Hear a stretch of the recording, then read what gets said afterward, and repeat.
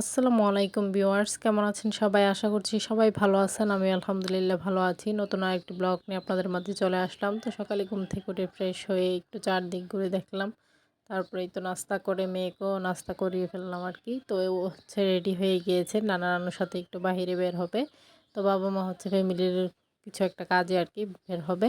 তো সে এখানে হচ্ছে একটু ডং-ডং করতেছিল। তো নতুন ড্রেস পরালে ওর ডং শুরু হয়ে যায়। যত ডং আরকি ও করতে থাকে। তো এখানে হচ্ছে ওর মানে একদম ফেভারিট টয়টা নিয়েছিল। তো নিয়ে সেটা নিয়ে একটু ঘুরতেছিল, খেলতেছিল সেটাই আরকি। তো এরকম করে হচ্ছে এখন ওরা বেরিয়ে যাবে। তো এই তো আমাকে বাই, বাই দিয়ে বেরিয়ে পড়তেছে আরকি। সাথে ওর খালামণিও যাবে। তো নানার বাড়িতে আসলেই হচ্ছে তার ঘোরাফেরা শুরু হয়ে যায়। আর নানা-নানুকে পেলে তো আমার কথা একদমই তার মনে থাকে না আরকি। তো আমি হচ্ছে ওদেরকে বিদায় দিয়ে এরপর আরকি ছেলের জন্য এখানে খাবারটা নিয়ে নিয়েছি। তো ওকে হচ্ছে এখন দুধ ভিজিয়ে আরকি দুধ দিয়ে পাউরুটিটা আরকি ভিজিয়ে খাওয়াবো। তো সেজন্য আরকি আমি এখানে ওকে এখন খাইয়ে দিতেছি। তো খাইয়ে হচ্ছে অন্যান্য কাজগুলো করে নিব যেহেতু ওরা বাহিরে চলে গিয়েছে। তো এখানে কাজ বলতে গেলে আমার বাচ্চাদের কাজই আরকি। তো বাবার বাড়িতে মেয়েদের আর কি কাজ থাকে। তো এখানে হচ্ছে বাচ্চাদের কিছু কাঁথা আর জামা আরকি যেগুলো হচ্ছে ধুয়ে দেওয়া হয়েছিল। তো সকালে তো এগুলো আরকি শুকিয়ে গিয়েছে। তো এখন প্রায় দুপুরে হয়ে গিয়েছে। তো যাই হোক রোদ যেহেতু ভালোই ছিল। তো সকালের রোদের তাপমাত্রা কিন্তু খুবই বেশি থাকে। তো এখানে হচ্ছে আমি সবগুলো কাঁথাই আরকি ভাঁজ করে নিতেছিলাম। তো যেহেতু কাপড়গুলো গুছিয়ে রাখলে মানে ঘরের যে একটা ঝামেলা থাকে মনে হয় যেন এইদিক সেদিক কিছু একটা মানে পুরোটা রুম কিরকম একটা অন্ধকার, অন্ধকার লাগে আরকি।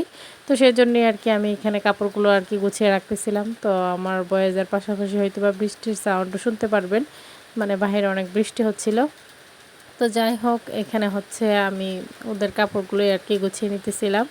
আর মেয়ে থাকলে তো মেয়ে এটা সেটা বলতো যেহেতু এখন একদম বাসা নীরব। আমি আর আমার ছেলেই আছি বাসার মধ্যে। তো ছোট ভাইটাও বেরিয়ে পড়েছে। ওর কিছু কাজ আছে। তো ও হচ্ছে চলে গিয়েছে ব্রাহ্মণবাড়িয়া লাইব্রেরিতে।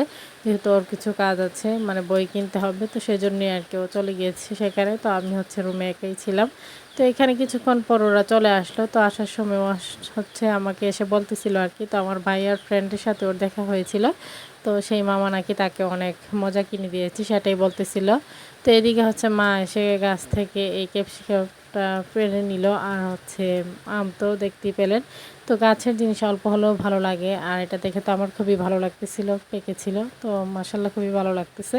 তো যাই হোক এরপর মা আমি একটু চলে আসলাম ছাদের মধ্যে। তো হঠাৎ করে পুরো আকাশ অন্ধকার ছেয়ে গেল। তো মেয়ে হচ্ছে এসে একটা বেগুন পেড়ে নিল আরকি গাছ থেকে।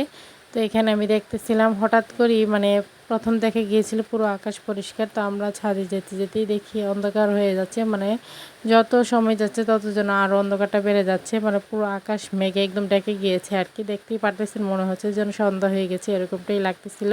তো যাই হোক মা আমি হচ্ছে একটু ছাদ থেকে দেখতেছিলাম আর একটু ক্যাপচার করে নিলাম। তো যাই হোক এদিকে হচ্ছে মেয়ে একটু ছোটাছুটি করতেছিল আর ভালো লাগতেছিল। তো সবার কাছে আমার ছোট্ট একটি রিকোয়েস্ট, কেউ স্কিপ করবেন না, পুরো ভিডিওটি দেখে নেবেন। আমার ছোট্ট চ্যানেলটিকে সাবস্ক্রাইব করে সবাই বেল বাটনটি বাজিয়ে দিবেন। আর ভিডিও ভালো লাগে থাকলে তো অবশ্যই লাইক কমেন্ট শেয়ার করে দিবেন। তো কিছুক্ষণের মধ্যে কিন্তু বৃষ্টি শুরু হয়ে গিয়েছে ছাদে থাকাকালীন। তো আমি হচ্ছে মেয়েকে নিয়ে চলে আসছি নিচে। তো এসে হচ্ছে হাতটা একটু ভিজিয়ে নিতেছিলাম, বৃষ্টি দেখলে আবার হাত ভিজাতে মন চায়। তো যাই হোক বৃষ্টি হওয়ার পর পুরো আকাশ আবার মানে পরিষ্কার হয়ে গিয়েছে। তো এদিকে হচ্ছে বোন আর কি এখন প্রায় ৩টার মতো হবে বাজে। তো আমরা হচ্ছে দুপুরের খাবারটাও খেয়ে নিয়েছি। ছোটো বোন হচ্ছে এখানে আম দিয়ে হচ্ছে ভর্তা মাখাইতেছিল। আর এখন কিন্তু গাছের আম প্রায় শেষই বলতে মানে বললেই চলে।